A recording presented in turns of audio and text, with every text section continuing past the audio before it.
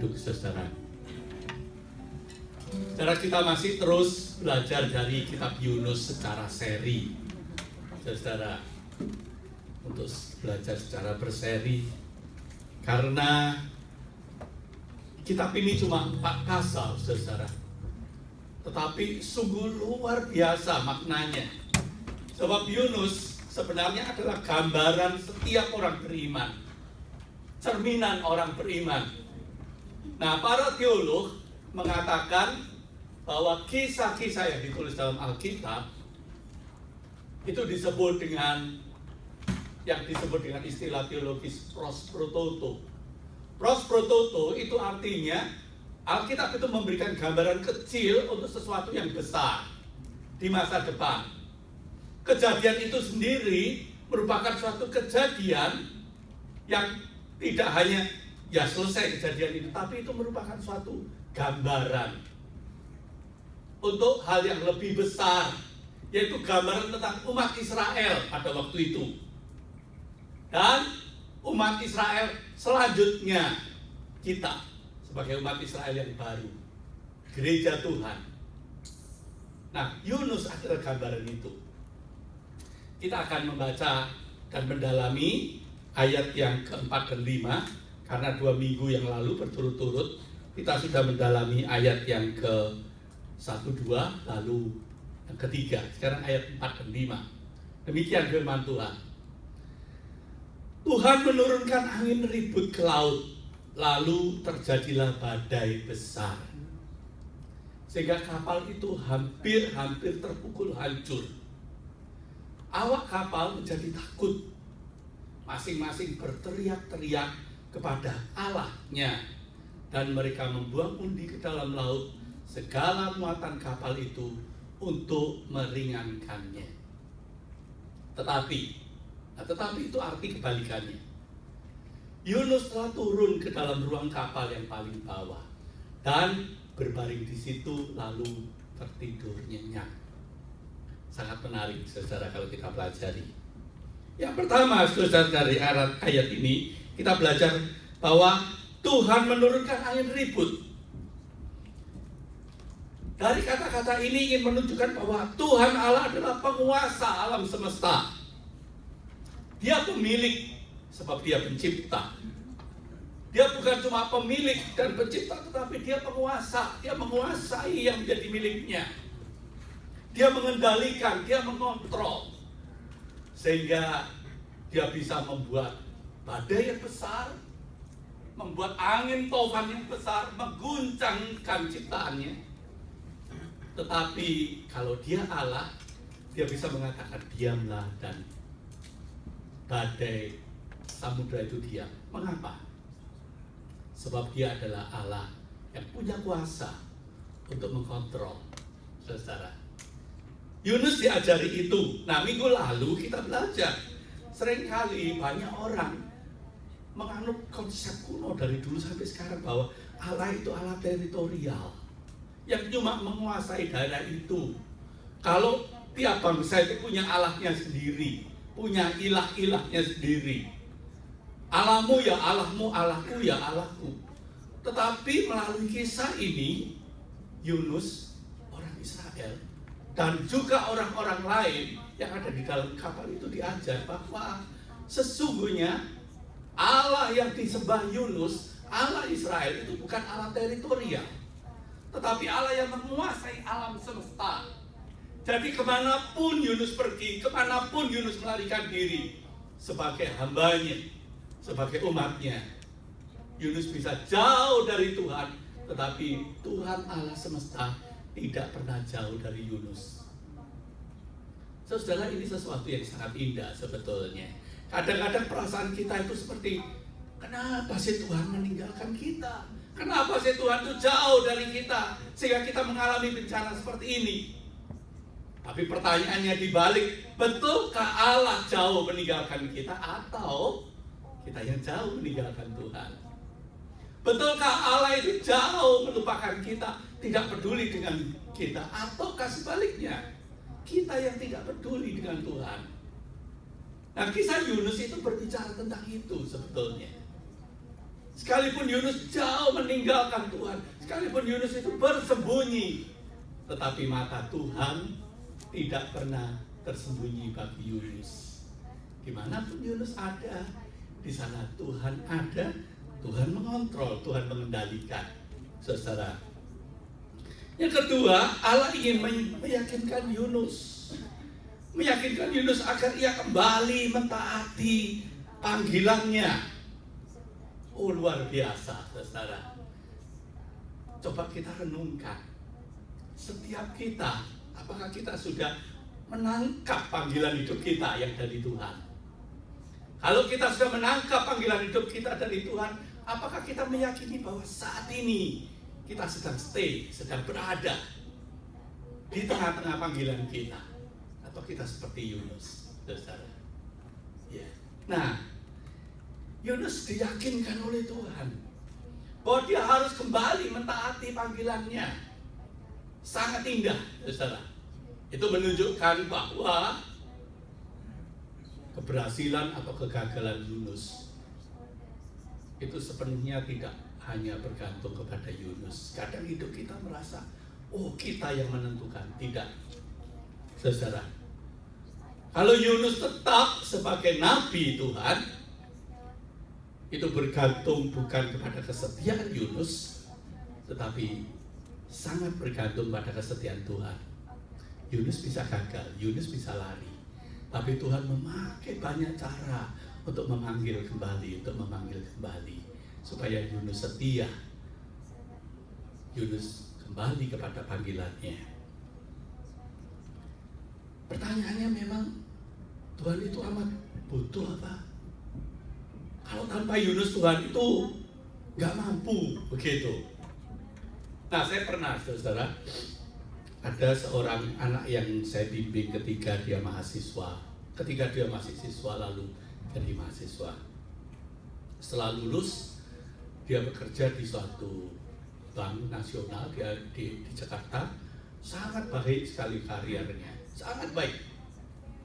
Dia pindah ke bank lain dari mulai jadi staf biasa, kemudian jadi manajer, kemudian jadi general manager di bank lain dan sebagainya. Tapi setiap kali dia keluar masuk, lalu dia mempunyai satu posisi yang sangat bagus, tiba-tiba dia sangat kecewa berat karena dia dipecat. Wah, dia guncang. Lalu dia pindah ke bank lain, dapat posisi yang bagus juga, tapi banknya nggak terlalu besar. Terus dia datang ke rumah saya, dia konsultasi. Biasa gitu, biasanya anak-anak mahasiswa kalau karyanya bagus, lupa pada kakak pembimbingnya. Kalau sudah sulit datang dan tanya konsultasi, Kak, aku ini punya pergumulan, katanya. Apa pergumulan? Ingat nggak dulu waktu retret pelayanan mahasiswa? Pas di sana kan ada kebaktian kebangunan rohani. Lalu kan ada itu kakak pembimbing kita yang terkenal itu dulu. Wah, terus dia dipakai Tuhan memberitakan firman. Lalu ada calling, siapa yang mau menyerahkan diri untuk Tuhan. Kan waktu itu aku menyerahkan diri untuk Tuhan. Kayaknya aku ingat kamu ada di sana loh, Kak, ikut bimbing kita. Iya. Iya. Aku waktu itu berjanji untuk menyerahkan hidupku untuk melayani Tuhan. Nah, ini pertanyaanku. Apakah sekarang ini kondisiku itu seringkali sudah punya karier bagus, lalu jatuh lagi, karier bagus, aku gagal lagi. Ini apakah karena Tuhan itu menutup aku ya, jalanku ya? Sebab aku dulu punya nazar untuk menyerahkan diri melayani Tuhan, jadi hamba Tuhan. Tapi sekarang aku nggak mau itu, aku jadi banker. Menurut saudara gimana kalau ada orang konsultasi seperti ini? Mesti dijawab apa, saudara? Apakah kita mengatakan, oh ya, kamu melarikan diri dari panggilan, makanya Tuhan tutup terus sampai kamu menyerah? Apakah itu? Karena dia merasa seperti itu. Aku ini seperti Yunus, katanya begitu. Ya saya bilang, kalau keyakinanmu kamu seperti Yunus ya kamu kembali dong. Saya bilang begitu. Aku nggak tahu, yang tahu kamu. Cuma aku mau ingetin satu hal, saya bilang begitu. Ya. Kita ini, saya tidak berani menyebut dia, saya bilang, kita ini bukan orang yang hebat-hebat amat. Sampai Tuhan itu begitu butuhnya dengan kita. Sampai kita itu dikejar-kejar oleh Tuhan. Supaya kita kembali melayani Tuhan. Sebab tanpa kita Tuhan tidak berdaya. No. Saya bilang begitu, bukan. Bukan karena kamu itu hebat, karena dia memang pintar sekali saudara. Sekolahnya cum laude dan sebagainya, prestasinya bagus, kerjanya bagus. Dan bukan karena itu Tuhan membutuhkan kamu sampai Tuhan membendung sedemikian rupa. Karena orang ini bagus ini, aku gak mau kehilangan ini. Itu kalau perusahaan punya pegawai yang bagus kan biasanya begitu, dijaga sedemikian rupa supaya tidak kehilangan. No, Tuhan bukan pemilik perusahaan seperti itu. Bahkan firman Tuhan mengatakan, oh Tuhan bisa membangkitkan batu-batu sekalipun untuk memberitakan kebenaran firman Tuhan. Nah, setelah itu saudara, ya terus saya lanjutkan. Jadi apakah? Dia bilang, jadi begini. Kalau kamu punya nasar, kamu mau membayar nasarmu atau tidak itu urusanmu. Itu komitmenmu dengan Tuhan. Tapi jangan menganggap bahwa kamu itu sangat begitu dibutuhkannya oleh Tuhan sampai tanpa kamu itu Tuhan tidak berdaya. Enggak. Kalau kamu mau menyerahkan dirimu untuk melayani Tuhan, untuk jadi hamba Tuhan dan sebagainya, itu karena kamu sendiri punya kekaguman. Betapa aku ini siapa sih? Aku ini hebatnya apa sih? Kok sampai Tuhan itu mau memakai aku? Sampai Tuhan itu mau memanggil aku menjadi hambanya. Nah, kekaguman itulah yang harusnya membawa kamu pada penyerahan diri. Bukan karena kamu takut digebuk Tuhan, ditutup Tuhan sedemikian rupa sampai kamu menyerah, tidak berdaya. Tidak, Tuhan tidak begitu.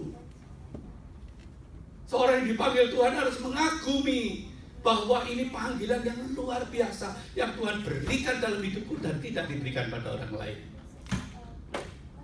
Nah saudara, setiap kita itu punya panggilan. Dan setiap panggilan kita itu mulianya luar biasa. Termasuk kalau saudara menjadi ibu rumah tangga atau menjadi pemimpin keluarga dan sebagainya, itu sebuah panggilan yang harus dijalani dengan penuh kekaguman. Kalau dijalani dengan penuh kekaguman, maka saudara segala sesuatu yang kita lakukan, itu kita lakukan dengan pengabdian yang sepenuhnya kepada Tuhan. Karena peran kita tidak tergantikan. Tidak tergantikan peran kita itu. Tidak bisa dialihkan dengan yang lain. Itu yang saya pernah bicarakan beberapa minggu yang lalu. Saya bisa misalkan minta istri saya, hei, kamu tuh sayang, ayo kerja yang sungguh-sungguh, cari duit yang banyak. Lalu ngurusi anak-anak siapa? Gampang lah, anak-anak masih kecil, titipkan aja babysitter. Siapa yang bersihin rumah-rumah? Gampang lah, bayar orang misalkan. Bersihin rumah, jaga anak bisa disuruh orang lain. Tetapi menjadi ibu rumah tangga, kalau itu panggilan, itu tak tergantikan oleh babysitter, oleh pembersih-pembersih rumah tangga. Nah, setiap orang harus ada di dalam panggilan Tuhan itu, saudara itu. Dan dia ada karena dia mengagumi panggilan itu begitu mulianya. Begitu.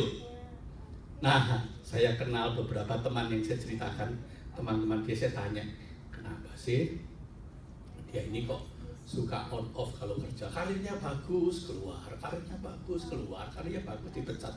Kenapa? Beberapa teman yang dekat mengatakan, iya Kak, dia itu pintar sebetulnya kalau kerja, tapi arogan. Gak ada orang yang kuat sama dia katanya. Wow. Tapi dia merasa karena Tuhan yang sering menutup. Betulkah? Nah saudara, kisah Yunus memang sungguh-sungguh Tuhan menutup supaya Yunus kembali kepada Tuhan. Bukan karena Yunus itu hebat-hebat amat sehingga Tuhan butuh dia. Tapi kisah ini menunjukkan bahwa Allah itu Allah yang setia. Allah itu Allah yang sabar dan tidak mudah menyerah. Allah yang memanggil Yunus menjadi nabinya itu tidak bergantung kepada kemampuan Yunus untuk setia terhadap panggilannya. Kalau bukan Allah yang menjagai, kalau bukan Allah yang menolong, Yunus itu sudah gagal. Itu maksudnya, saudara. Nah, ayat-ayat yang kita baca ini juga mengajarkan kepada kita bahwa ada bahaya, saudara, orang yang dengan sadar melawan kehendak Allah, yang dengan sadar tidak mempedulikan Allah. Orang-orang yang melawan Allah dengan sadar itu mengeraskan hatinya makin keras. Begitu. Bukan Allah, tetapi dia yang makin mengeraskan diri. Lihat saja Yunus. Yunus bukan tidak tahu dia sedang melawan Allah, tetapi dia sedang sadar. Allah menyuruh ke sana, Yunus pergi ke sana. Bahkan saudara, Allah sudah mengingatkan demikian keras. Allah menurunkan badai, menurunkan langit, lalu menurunkan angin yang bergelora sehingga laut menjadi kacau balau, dan dikatakan bahwa kapal yang diterjang badai itu hampir saudara hancur, terpukul hancur. Di mana Yunus berada? Di mana Yunus berada saat itu ketika kapal yang ditumpanginya, ketika orang-orang di sekitarnya mengalami panik dan berseru-seru kepada Allah? Di mana Yunus berada? Saudara, ini kondisi yang sangat kontradiktif. Harusnya Yunus sebagai Tuhan adalah orang yang memiliki kepekaan yang nomor satu mestinya. Mestinya kalau ada bahaya badai yang menimpa dirinya dan sekitarnya, Yunus harusnya cepat-cepat lari, berseru, meminta ampun, meminta pertolongan Tuhan. Itu seharusnya. Kalau ada masalah sebagai anak Tuhan, cepat lari kepada Tuhannya. Mestinya begitu, saudara. Tapi lihat, ayat ini menunjukkan suatu kondisi yang sangat kontradiktif. Disebutkan Yunus tertidur nyenyak, sementara semua yang ada di dalam kapal itu berseru-seru kepada Allahnya. Memang mereka menyembah banyak ilah-ilah, Allah-Allah dalam bentuk kecil, bukan Allah yang disembah Yunus. Tetapi kalau kita pertanyakan, sebetulnya siapa yang kafir ya? Banyak orang tuh menyebut, gampang orang lain itu kafir kalau Allah yang disembah itu tidak sama dengan Allah yang saya sembah. Tapi sebetulnya kafir itu apa? Apakah pengertian kafir itu kalau Allah yang kamu sembah itu tidak sama dengan Allah saya? Saudara, sebetulnya kafir itu bahasa Arab, itu sama dengan bahasa Yunani itu ateis. Itu tidak, teis itu Tuhan, tidak bertuhan. Betulkah orang-orang yang ada di dalam kapal yang seringkali oleh orang Yahudi dicap orang kafir karena tidak memiliki agama seperti orang Yahudi? Betulkah mereka kafir? Mereka tidak bertuhan? Tidak loh, saudara. Justru ayat ini menunjukkan hal yang kontradiktif. Justru orang yang mengaku nabi Tuhan, umat Tuhan, lari meninggalkan Tuhan, menjauhi Tuhan. Dikala ada bencana yang menimpa hidupnya, dia tidak peduli, dia tidur nyenyak. Tetapi justru orang yang disebut kafir, orang yang ateis, orang yang tidak kenal Tuhan, ketika badai datang menimpa hidupnya, dia berseru-seru kepada Allahnya. Persoalan memang, ya betulkah dia Allah atau tidak, itu memang persoalan. Tetapi kita tidak bisa mengatakan dia ateis. Dan memang dia percaya bahwa sumber pertolongan yang ada di atas manusia itu cuma Allah yang menciptakannya. Sehingga gampang mencap orang kafir hanya karena kepercayaannya beda dengan kita, itu sangat berbahaya juga, saudara. Sehingga kitab ini ingin mengajarkan jangan tergesa-gesa mengecap orang itu tidak bertuhan. Sebab siapa yang tidak bertuhan? Yang ateis itu siapa? Begitu ya. Nah, saudara,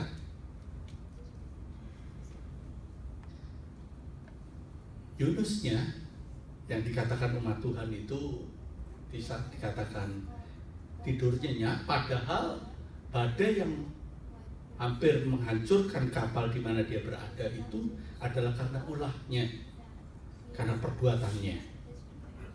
Nah, di sini catatan tadi penting, bahwa jika anak Tuhan, jika dia umat Tuhan dengan sengaja dia melawan Tuhan, maka dia akan membuat dirinya sendiri dan hatinya makin keras dan makin tidak peduli. Saudara, saudara, hari ini banyak orang menyebut diri umat Allah. Bahkan banyak orang yang seringkali mencatut slogan-slogan yang penting untuk berseru kepada Allah. Seolah-olah kalau dia sudah berseru Allahu Akbar, itu wah, menunjukkan dia itu orang yang menyembah Allah. Apa arti menyembah Allah? Saudara, bukankah tidak jarang justru orang-orang yang suka mencatut nama Allah itu justru yang mencemarkan Allah sendiri, saudara. Dan akibatnya banyak di dunia ini orang-orang yang makin skeptis dengan Tuhan. Banyak sekali orang-orang di dunia ini makin menjadi ateis, bukan karena dia tidak percaya Allah itu ada, tetapi karena mereka itu muak melihat bahwa orang-orang yang percaya kepada Tuhan itu kok seperti itu saya perbuatannya. Untuk apa aku percaya? Padahal mereka menganggap diri membela Allah, menjaga supaya orang tidak menjadi ateis, tetapi justru tingkah laku dan perbuatannya itu yang membuat dia ateis. Nah, kalau saudara orang Indonesia di Amerika yang tetap mengikuti perkembangan yang sedang tren di Indonesia, wah, banyak sekali yang menarik, saudara. Ya, minggu ini, saudara, ada rahasia warung-warung gitu. Sebab ada menteri agamanya yang menginstruksikan gak boleh rahasia, harus menghormati orang yang sedang puasa. Di Indonesia sekarang ini orang umat Islam sedang puasa, begitu. Hormatilah orang yang tidak puasa, ya. Dan polisi juga menginstruksikan siapa yang kelompok masyarakat yang merahasia itu akan ditangkap oleh polisi. Nah, cara melawan, ada beberapa daerah itu ya kepala daerah yang menginstruksikan pada bulan suci Ramadan tidak boleh ada warung yang buka pada siang hari. Lalu ada warung-warung yang tetap buka dan dirazia oleh polisi Pamung Praja, Satpol PP. Nah, ada satu video yang menarik yang menjadi gempar ini di seluruh Indonesia. Ada si mbok-mbok, saudara, umurnya 50 tahun ya, gitu. Kalau videonya dilihat, saudara bisa lihat sendiri di YouTube. Aduh, rasanya kita melihat dengan kepala kita bisa geleng-geleng, nggak tahan. Orangnya polos sekali, mbok-mbok yang baru selesai masak, masih hangat masakannya itu setengah jam yang lalu, gitu. Ada 2 orang yang sedang dilayani makan, belum selesai makan udah kabur karena dengar Satpol PP datang merazia. Saudara, apa yang dilakukan oleh polisi Pamung Praja itu? Seluruh makanannya itu, jualannya itu dikukutin semua, dimasukin di dalam plastik-plastik, wah, dibawain. Sampai dia bingung, dia mengatakan, Pak, jangan Pak, katanya jangan. Dia cuma mau masukkan, padahal warungnya itu sudah ditutup korden loh. Katanya tidak menghormati orang yang sedang berpuasa, membuat pencobaan bagi orang yang berpuasa. Padahal mereka tidak mengerti what is puasa. Puasa itu adalah mengekang diri, Puasa itu adalah menahan nafsu. Puasa itu adalah menjaga keadilan. Ya, berlaku seperti itu. Puasa adalah ingin supaya Tuhan dipermuliakan dan hidupnya disucikan oleh Tuhan. Itu menurut konsep mereka. Tapi apa yang mereka perbuat betulkah? Menjaga kesucian Tuhan, menjaga kesucian bulan Ramadan, menjaga nafsu? Malah sebaliknya, saudara. Yang terjadi adalah kesewenang-wenangan. Dan beraninya hanya dengan orang yang tidak berdaya. Luar biasa. Sampai si ibu ini saking syoknya, syok berat, dia sakit. Dan karena dia cuma dagangannya yaitu, nanti untungnya dipakai makan, lalu sisanya dipakai gula untuk besok, karena diangkut semuanya, dia tidak punya apa-apa. Akibatnya apa? Didatangi oleh rentenir, bank keliling itu dia bilang. Dia cuma punya modal 600.000, diangkut semuanya, dia hutang 400.000. Dan saudara tahu, kalau pedagang keliling itu, bank keliling itu, ngutangin orang desa, orang kecil, saudara, bunganya berapa? Oh, bunganya luar biasa. Ada yang menarik bunga 1 bulan 30%, ada yang 50%, gila, saudara-saudara. Luar biasa. Jadi ironi, bukan? Orang yang mengatakan, oh kita harus mengekang nafsu. Betulkah pada saat itu nafsu dikekang atau sedang diumbar? Untuk menunjukkan, oh aku punya nafsu kekuasaan, aku punya nafsu untuk bisa mengganyang kamu, aku bisa punya nafsu untuk melibas kamu, dan sebagainya. Justru ironi. Dan itu dilakukan justru bukan oleh orang kafir, justru bukan orang yang tidak berpuasa, justru dilakukan oleh para pemimpin-pemimpin yang mengatakan menjaga kesucian, menjaga bulan suci dan sebagainya. Ironi, bukan? Nah, itu yang terjadi di Indonesia. Apakah cuma di Indonesia? Oh tidak, saudara.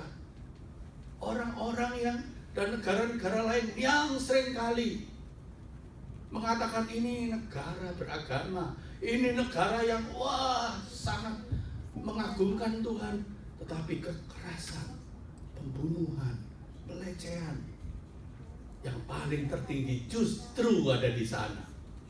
Dan negara-negara yang dicap sebagai negara kafir, negara ateis, negara yang seringkali tidak menjaga norma-norma kesucian, justru seringkali yang menjaga hal-hal yang benar secara akal sehat.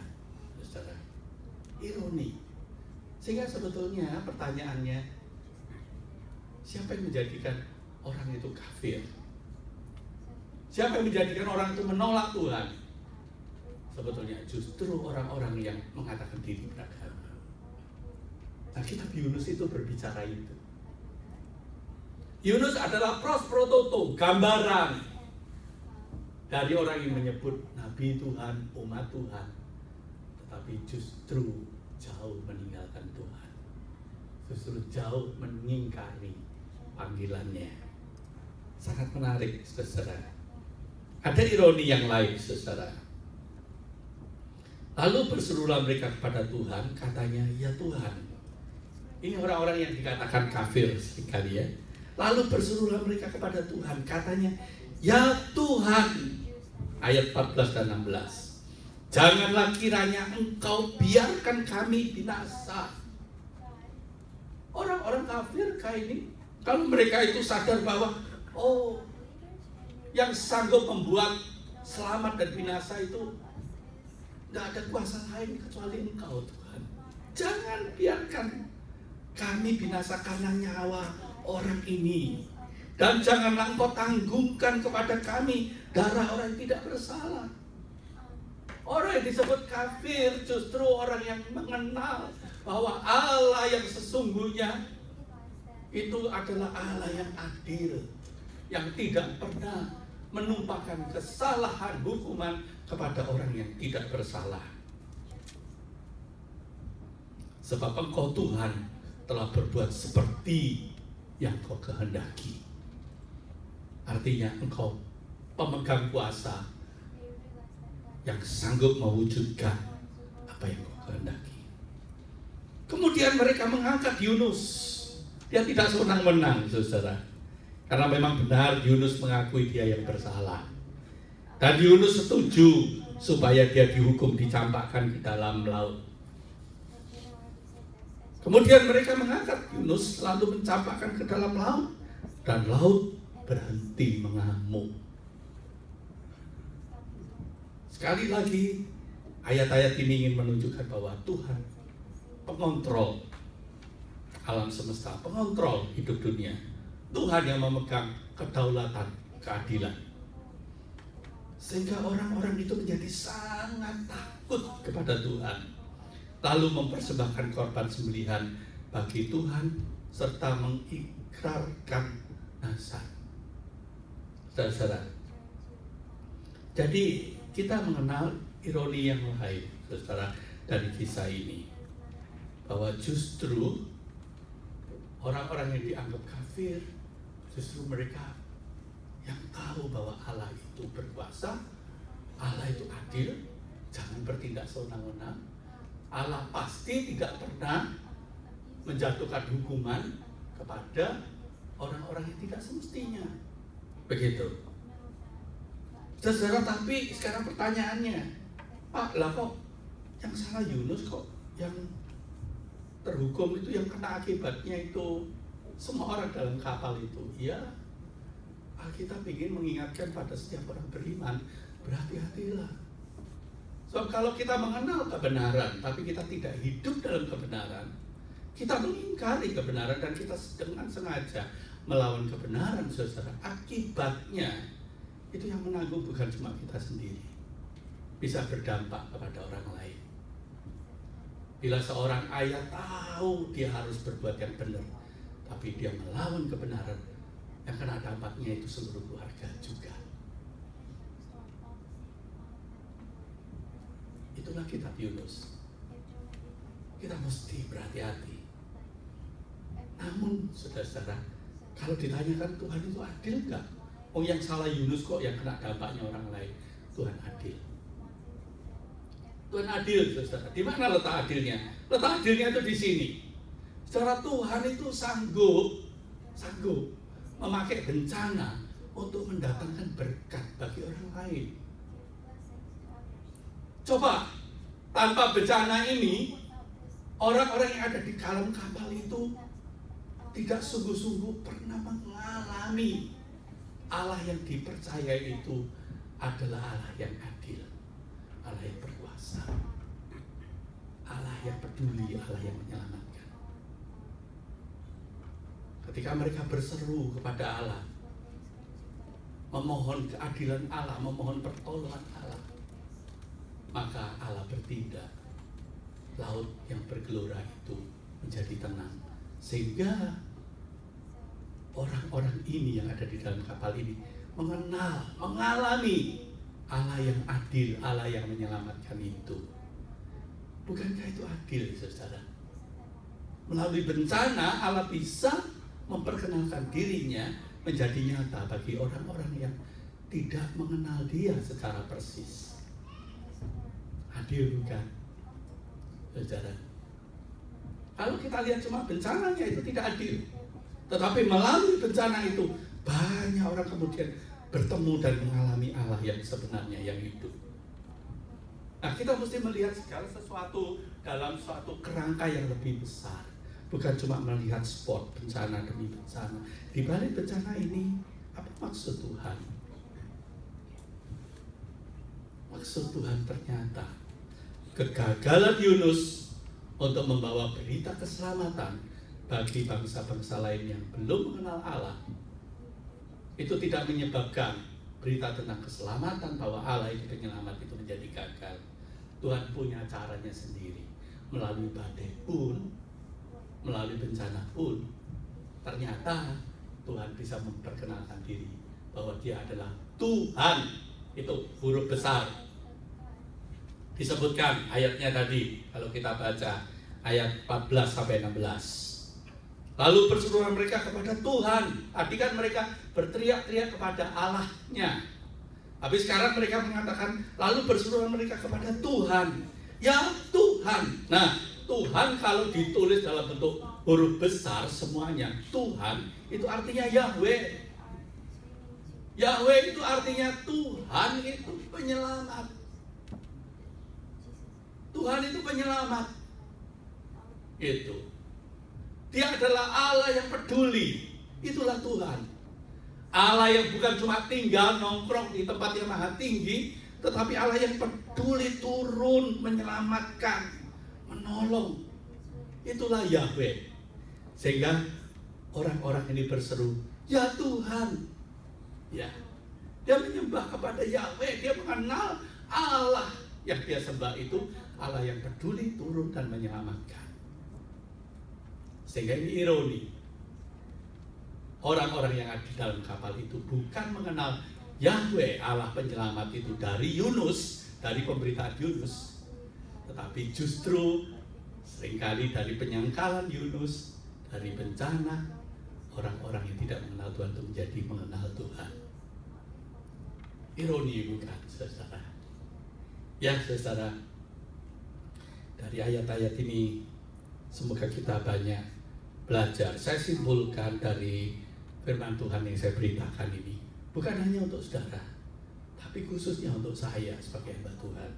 Saya simpulkan bahwa ketaatanmu, saudara dan saya, itu memberkati banyak orang. Tetapi saudara, ketidaktaatanmu itu mencelakakan orang lain juga. Kita mesti hati-hati. Ketaatan kita membawa berkat bagi orang lain, tapi ketidaktaatan kita bisa mencelakakan orang lain. Mari kita mengambil saat teduh sejenak.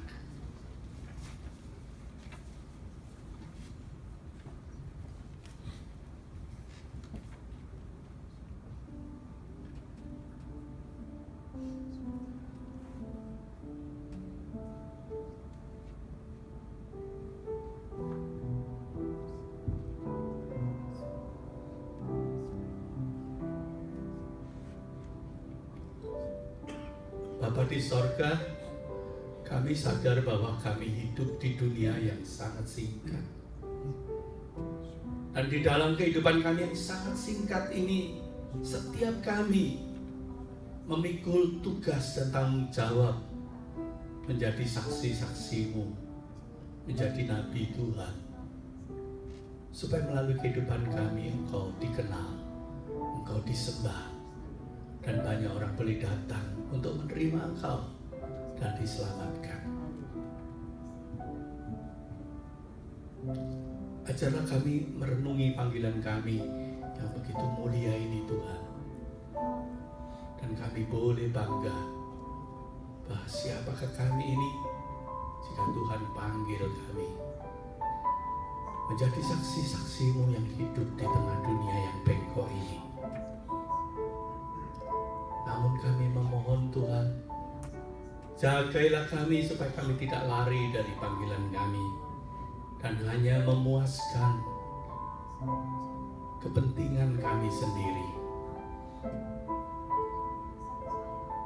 Jika pada siang hari ini di depan kami tersedia perjamuan, kami memohon Tuhan kuduskan kami untuk boleh menerima perjamuan ini. Sebab perjamuan ini senantiasa mengingatkan kami bahwa hidup kami ini sudah ditebus oleh Kristus. Tanpa penebusan Kristus Yesus, tak ada seorang pun yang layak Tuhan menjadi anak-anak-Mu yang berhak mewarisi kerajaan-Mu di sorga. Karena Kau rela mati buat kami bersyukur untuk itu. Namun perjamuan ini mengingatkan kami bahwa Engkau mengutus kami ke dalam dunia ini untuk menjadi saksi-saksi-Mu yang hidup. Sebab perjamuan ini mengingatkan kami akan tanggung jawab kami bahwa kami masih di dalam dunia ini diutus oleh Tuhan, disertai oleh Tuhan, menjadi saksimu, sampai pada waktunya Engkau akan mengundang kami memasuki perjamuan kudus anak domba Allah di sorga, di mana kami akan bertemu dengan Engkau, memasuki kemuliaan-Mu Tuhan, di dalam perjamuan yang besar, perjamuan anak domba Allah di sorga. Meteraikanlah setiap kali kami mengikuti perjamuan itu, bahwa kami ada sebagai anak-anak-Mu yang hidup dalam pengharapan akan Engkau. Terima kasih Bapa di sorga, di dalam Kristus Yesus, kami rindu menerima perjamuan ini dengan hati yang dikuduskan oleh Tuhan sendiri. Haleluya. Amin. Saya mengundang saudara-saudara pengurus ICC Leader untuk boleh bersama dengan kami maju ke